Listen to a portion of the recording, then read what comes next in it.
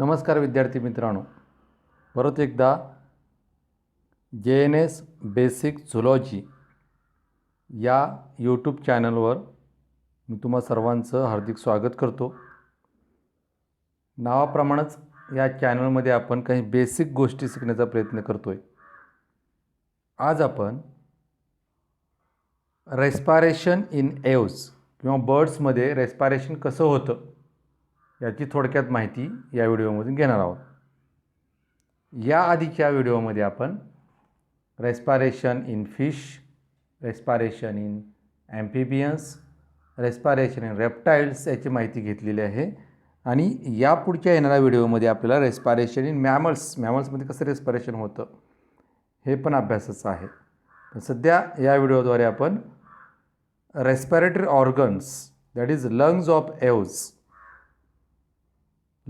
Of aves म्हणजे respiration एव्जमध्ये कसं होतं याची माहिती या व्हिडिओमध्ये आपल्याला घ्यायची आहे. तर बघूयात यामध्ये कुठले कुठले पॉईंट्स आहेत. यामध्ये एकानंतर एक आपण पॉईंट बघूयात. पहिला पॉईंट आहे तो म्हणजे the birds respiratory system consist of paired lungs. म्हणजे यामध्ये रेस्पायरेटरी ऑर्गन कुठल्या बर्ड्समध्ये, तर एक लंगचा पेअर रेस्पायरेटरी ऑर्गन म्हणून काम करतो बर्ड्समध्ये. सेकंडली त्यासोबत लंग्स कसे आहेत, the two bright red lungs are small, compact and non elastic bodies. लंग्सचा विचार करत असताना लंग्स हे रेड कलरचे आहेत, स्मॉल आहेत, कॉम्पॅक्ट आहेत आणि नॉन इलॅस्टिक बॉडीज आहेत. यामध्ये they are different from the lungs of other vertebrates in that they do not store air. आणखी एक महत्त्वाचं यामध्ये वेगळं असं कॅरेक्टरिस्टिक्स आपल्याला बर्ड्समध्ये दिसतं, बर्डच्या रेस्पायरेटरी सिस्टीममध्ये. तर यामध्ये कुठल्याही प्रकारे यामध्ये एअर जे आहे ते स्टोअर होत नाही. दे डू नॉट, आणि आणखीन एक वैशिष्ट्य, they do not hang freely in thoracic cavity. आणि लंग जे आहेत ते फ्रीली हँग होत नाहीत थोरॅसिक कॅव्हिटीमध्ये, तर ते बाउंड आहेत, कुठेतरी फिक्स केलेले. Then birds must be capable of high rate of gas exchange because their oxygen consumption at rest is higher than that of all other vertebrates and it increases many times during flight. त्यामध्ये बर्ड्समध्ये आणखीन काय वैशिष्ट्य सांगता येतील, ते respiratory gases exchange जो rate आहे किंवा रेस्पायरेटरी रेट जो आहे बर्ड्समध्ये, तो कम्पॅरेटिव्हली दुसऱ्या वर्टिब्रेटच्या कम्पॅरेटिव्हली फार मोठ्या प्रमाणामध्ये यामध्ये गॅसेस एक्सचेंज घडून येतं. आणि ज्यावेळेस तो फ्लाईट करत असतो, ज्यावेळेस तो बर्ड जे आहे ते संचार करत असतात, फ्लाईट करत असतात, त्यांच्यामध्ये आणखीन मोठ्या प्रमाणात एक्सचेंज आहेत गॅसेसचं वाढलेलं असतं. The two lungs of birds are rather solid spongy structures as in a mammal and not hollow thin walled sacs with lobulated walls. यामध्ये लंग जे आहेत ते सॉलिड स्पॉन्जी जरी असले तर त्यामध्ये थिन वॉल्ड एअर सॅक्स त्यामध्ये नाहीत, थिन वॉल्ड सॅक्स त्याच्यामध्ये नाहीत. हे याच्यामध्ये आणखी एक वैशिष्ट्य आपल्याला आढळतं. त्यानंतर the anterior ventral end of each lung. Anterior ventral end ज्या डायग्राममध्ये आपल्याला म्हणता येईल, हे साईड दाखवलेलं आहे, अँटेरियो व्हेंट्रल एंडची साईज आहे, हे व्हेंट्रल साईड आहे, व्हेंट्रल व्ह्यू आहे रेस्पायरेटरी सिस्टीमचा. त्यामध्ये the anterior ventral end of each lung is pierced by bronchus. Anterior ventral साईडला त्यामध्ये ब्रॉन्कस दिसतात. ते ब्रॉन्कस कसे आहेत, त्यांना प्रायमरी ब्रॉन्कस म्हणतात, बर्ड्समध्ये प्रायमरी ब्रॉन्कस म्हणतात. आणि ज्यावेळेस हे ब्रॉन्कस, प्रायमरी ब्रॉन्कस ज्यावेळेस लंग्समध्ये जातील, within the lungs it loses it's cartilaginous rings. म्हणजे ह्या ब्रॉन्कसवर आपल्याला जे काय कार्टिलेजिनस रिंग दिसतात, या कार्टिलेजिनस रिंग्स यामध्ये सी सेप्ड अशा प्रकारचे कार्टिलेजिनस रिंग जे असतात, ते रिंग जे आहेत ते लंग्समध्ये गेल्यानंतर अशा प्रकारचे कार्टिलेजिनस रिंग्स त्यामध्ये आढळून येत नाही, स्मूथ होतात थोडक्यात ते. Reaches up to the its distal or posterior एंडमध्ये गेल्यानंतर लंग्समध्ये त्यामध्ये हे कार्टिलेजनस रिंग्स निघून गेलेले दिसतं आपल्याला. अँड बिकम्स द मेझोब्रॉन्कस, आणि त्यानंतर मेझोब्रॉन्कस यामध्ये आपल्याला झालेलं दिसतं. म्हणजे प्रायमरी ब्रॉन्कसचं रूपांतरण त्यानंतर पुढं चालून मेझोब्रॉन्कसमध्ये होतं. प्रायमरी ब्रॉन्कस त्यानंतर मेझोब्रॉन्कसमध्ये रूपांतरित होतं.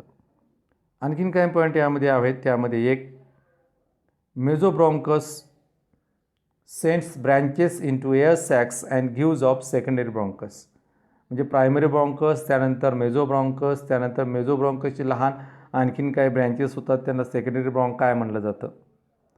तर secondary bronchi branch again into many tertiary bronchi. Secondary ब्रॉन्कायचे परत छोटे छोटे जे ट्यूब्समध्ये रूपांतर होतं टर्सरी ब्रॉन्काय म्हणलं जातं. त्यालाच पॅरा ब्रॉन्काय म्हणतात. म्हणजे टर्सरी ब्रॉन्का यालाच पॅरा ब्रॉन्काय असे म्हणलं जातं. And this bronchi give rise to thin walled tubular air capillaries. आणि या ब्रॉन्कायपासून आपल्याला एअर कॅपिलरीज अरेंज झालेले दिसतात. फॉर्मिंग लूप्स, आणि त्याचे लूप्स तयार होतात. And forming the main substance of the lungs. आणि एअर कॅपिलरीज हे का आहे, बर्ड्समधलं मेन सबस्टन्स आहे लंग्सचं. मेन सबस्टन्स आपल्या लंग्सचं काय आहे, तर ते एअर कॅपिलरीज आहेत. Air capillaries have a large surface area. Their walls contain blood capillaries. Air कॅपिलरीच्या भोवती आपल्याला ब्लड वेसलचं, ब्लड कॅपिलरीचं जाळं दिसतं. Gas exchange takes place between the air capillaries and blood capillaries. कशामध्ये गॅसेस एक्सचेंज होतं, तर गॅसेस एक्सचेंज आपल्याला आढळून येतं ते between air capillaries and blood capillaries, यामध्ये गॅसेस एक्सचेंज होतं. Each air capillary open at both the ends in to a parabronchus. प्रत्येक एअर कॅपिलरी दोन्ही साईडला पॅराब्रॉन्कसमध्ये ओपन झालेले असतात. But there is no blind pouches or alveoli. यामध्ये बर्डच्या respiratory सिस्टीममध्ये आपल्याला कुठल्याही प्रकारचे ब्लाइंड पाउचेस किंवा ॲल्व्होलाय दिसत नाहीत. त्यासोबत in spite of its small size and inelasticity, the avian lungs is more efficient than that of any other vertebrates. कुठल्याही दुसऱ्या वर्टिब्रेट्सपेक्षा लंग्स, एव्हियन लंग्स जे आहेत ते काय आहेत, मोर इफिशियंट आहेत. त्याचसोबत आपल्याला शेवटचा पॉईंट यामध्ये काय असतो, यामध्ये around the lungs and connected with the ends of the main bronchial branches are remarkable, large, thin-walled, membranous, non-muscular, non-vascular air sacs आपल्याला दिसतात. म्हणजे पूर्ण लंगच्या भोवती आपल्याला अनेक अशा प्रकारच्या एअर सॅक्स, एअर बॅग्स आपल्याला दिसतात. ज्या कशा आहेत, ज्या आहेत थिन-वॉल्ड आहेत, मेम्ब्रॅनस आहेत, नॉन मस्क्युलर आहेत आणि नॉन वॅस्क्युलर. त्याच्याभोवती कुठल्याही प्रकारचं ब्लड वेसलचं जाळं नाही. अशा प्रकारच्या एअर सॅक्स आपल्याला यामध्ये दिसतात.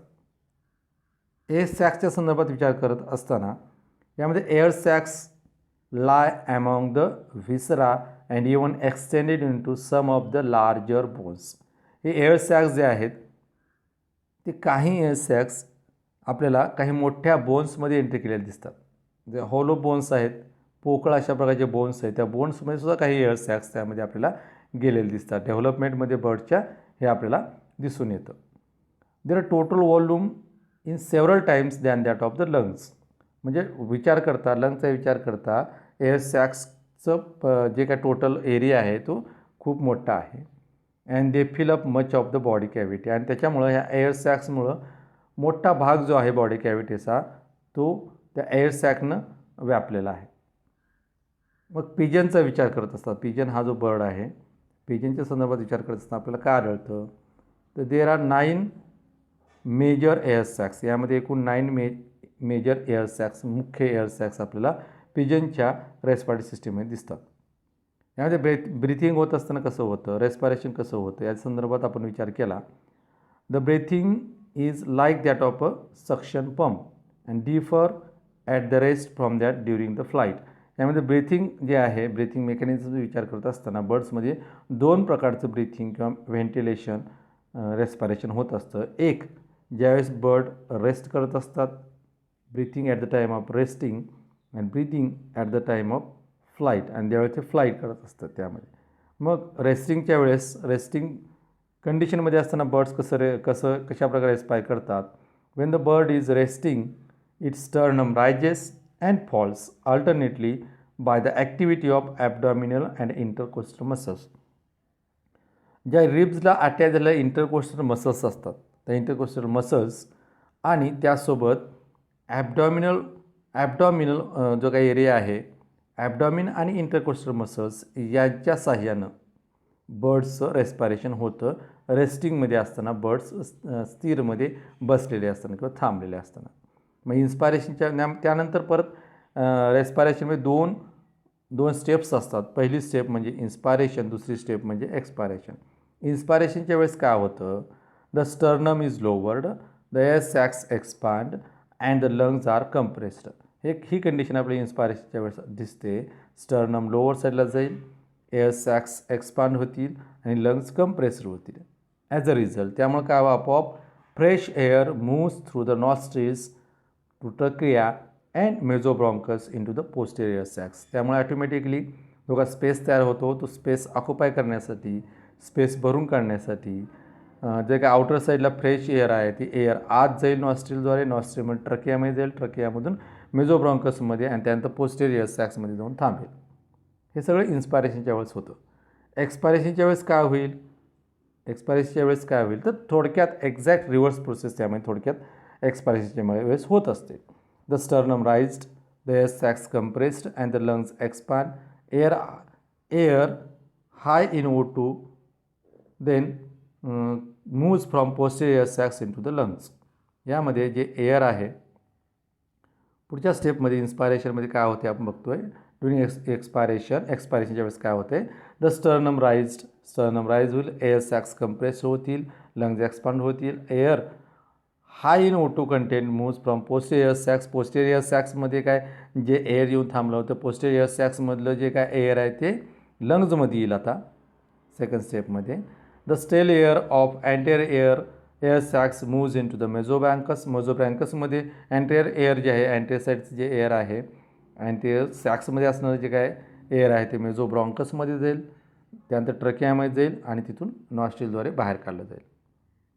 आणि फ्लाईटच्या वेळेस काय होतं, ड्युरिंग फ्लाईट करत असताना बर्ड जे आहेत फ्लाईट करत असताना कुठल्या प्रकारे रेस्पायरेशन, त्यामध्ये कसं रेस्पायरेशन घडून येतं तर यामध्ये थोडासा चेंज आहे. During flight the sternum is rendered immovable. त्यामध्ये स्टर्नम जे आहे, स्टर्नमचा जो पार्ट आहे तो स्टर्नमचा पार्ट इमूवेबल राहतं फ्लाईटच्या वेळेस. And the air goes in and out of the lungs by the elevation and depression of the back synchronized with the stroke of the wings. म्हणजे विंगचे जे स्ट्रोक्स आहेत ते विंगच्या स्ट्रोकच्या सहाय्यानं फ्लाईट करत असताना रेस्पायरेशन होतं. The faster a bird flies the more rapid the air circulation and gaseous exchange in the lungs. जेवढ्या फास्ट तो मुवमेंट करेल, जेवढ्या फास्ट तो फ्लाईट करेल तेवढ्या फास्टमध्ये सर्क्युलेशन होईल आणि गॅसियस सेक्शन बर्ड्समध्ये होतं, त्या बर्ड्सच्या लंग्समध्ये घडून येतं. आता ओव्हरऑल जर आपण एक डायग्राम पाहिली, ही डायग्राम जी आहे ती पिजनच्या रेस्पायरेटरी सिस्टीमची डायग्राम आहे. त्यामध्ये कुठले कुठले पार्ट्स असतात तर जे शरीरामध्ये असणारी जी काय रेस्पायरेटरी सिस्टीम आहे ती ह्या ठिकाणी दाखवलेली आहे. यामध्ये ट्रकिया आहे, त्यानंतर सॅरॅंक्स आहे, ज्याला सॅरॅंक्सला आपण साऊंड बॉक्स म्हणू शकतो. त्यानंतर काही एअर सॅक्स आहेत, लंग्सचे एक पेअर आहे. यामध्ये 2 लंग्स आपल्याला दिसत आहेत, ह्या लंग्स आहेत. आणि बाकीच्या यामध्ये काय आहेत तर एअर सॅक्स असतात. कुठल्या एअर सॅक्स आहेत तर त्यांच्या विशेष प्रकारच्या एरियावरून पोझिशनवरून त्या एअर सॅक्सला नावं पडलेत. त्यामध्ये एक आहे सर्व्हिकल एअर सॅक्स, एक पेअर आहे एअर सॅक्सचा ज्याला सर्व्हिकल एअर सॅक्स म्हटलं जातं. हा एक सर्व्हिकल एअर सॅक्स आहे, हा दुसरा आहे. ट्रकियाच्या एका साईडला एक अशा प्रकारे अरेंज झालेले 2 सर्व्हिकल एअर सॅक्स आहेत. त्यानंतर a pair of anterior thoracic air sacs, यामध्ये 2 अँटेरियर थोरॅसिक एअर सॅक्स आहेत. यामध्ये हा एक अँटेरियर थोरॅसिक एअर सॅक आहे, हा दुसरा अँटेरियर थोरॅसिक एअर सॅक्स एक पेअर आहे. त्यानंतर त्यामध्ये पोस्टेरियर थोरॅसिक एअर सॅक्स आहेत. त्यामध्ये परत 2 पोस्टेरियर थोरॅसिक एअर सॅक्स आहेत. एक ह्या ठिकाणी आणि दुसरा दुसऱ्या साईडला पोस्टेरियर थोरॅसिक एअर सॅक्स त्यामध्ये आहेत. त्याचसोबत आणखीन काय आहे तर त्यामध्ये ॲब्डोमिनल एअर सॅक्सचा पण एक पेअर यामध्ये दिसतो आपल्याला. ॲब्डोमिनल एअर सॅक्स ॲब्डोमिनल रिजनमध्ये असल्यामुळे त्याला ॲब्डोमिनल एअर सॅक्स म्हणलं आहे. ॲब्डोमिनल एअर सॅक्सचा परत एक पेअर आहे. आणि त्याचसोबत इंटर क्लॅव्हिक्युलर एअर सॅक्स जे आपल्याला थोडंसं ट्रायंग्युलर स्ट्रक्चर दिसतं ते आहे इंटर क्लॅव्हिक्युलर एअर सॅक्सचं. Interclavicular air sacks.